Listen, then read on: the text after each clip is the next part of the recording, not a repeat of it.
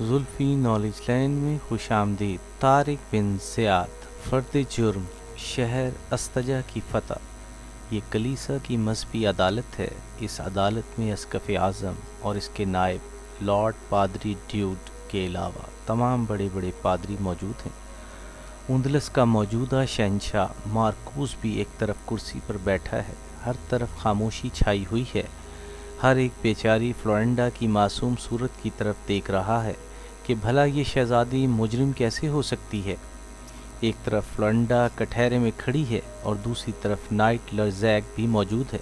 Video پسند آئے تو ویڈیو کو لائک کریں، چینل کو سبسکرائب کرنا بالکل نہ بھولیں اور بیل آئیکن کو ضرور کلک کیجیے تاکہ ہماری آنے والی ویڈیوز کی نوٹیفیکیشن آپ کو مل سکے۔ آخر اسقف اعظم نے بے گناہ ملزمہ فلورنڈا کو مخاطب کیا جس پر جاسوس ہونے کا الزام لگایا گیا تھا۔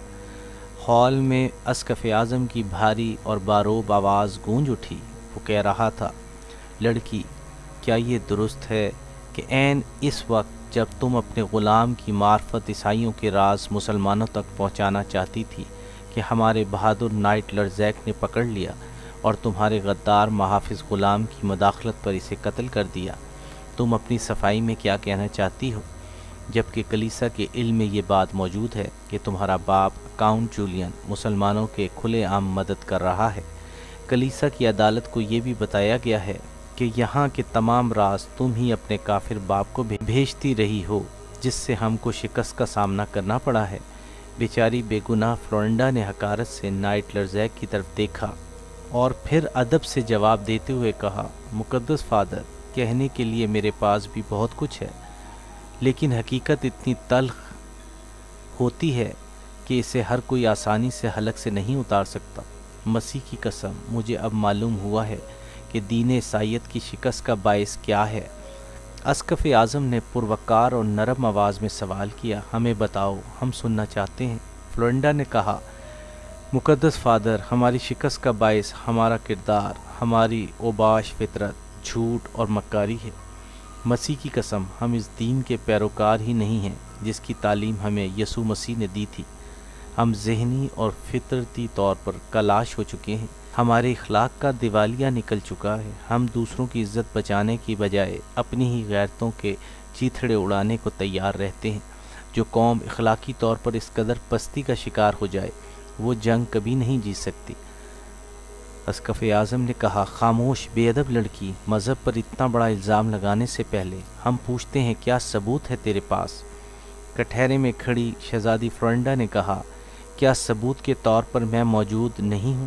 مقدس فادر، کاش میں آپ کی بیٹی ہوتی، آپ سے پوچھتی کہ جس باپ کی غیرت کو قانون کی آڑ میں لوٹ لیا جائے، اس کی کیا حالت ہوتی ہے؟ کیا شہنشاہ روڈرک نے میرے باپ کو دھوکہ دیتے ہوئے اس کی عزت کو پامال نہیں کیا؟ اس شیطان نائٹ لرزیک سے پوچھئے، فادر، ایک بیٹی کا باپ بن کر جس نے اپنی ہوس کی سیاہی کو جاسوسی کا الزام بنا کر میرے دامن میں ڈال دیا ہے۔ فادر، جنگ عزم اور بہادری سے جیتی جاتی ہے، قوت بازو سے جیتی جاتی ہے، جواں مردی اور شجاعت سے جیتی جاتی ہے، لیکن جس قوم کے پاس یہ سارے ہی جوہر مفقود ہوں، وہ اپنی شکست کو کوئی بھی نام دے سکتی ہے۔ مجھے اور کچھ نہیں کہنا۔ دنیا نے مجھے دکھوں کے سوا دیا ہی کیا ہے جو جینے کی آرزو کروں۔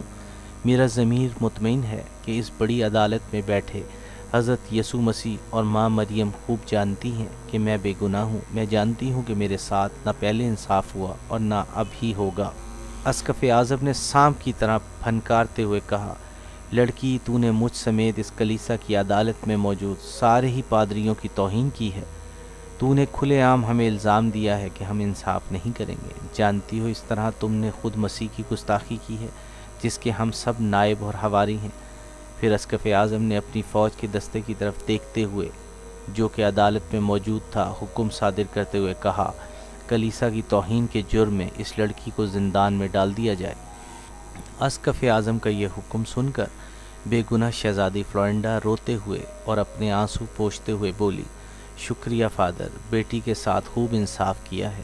اسے زندگی کی بھیک دے کر جہنم کے عذاب سے دوچار کر دیا ہے۔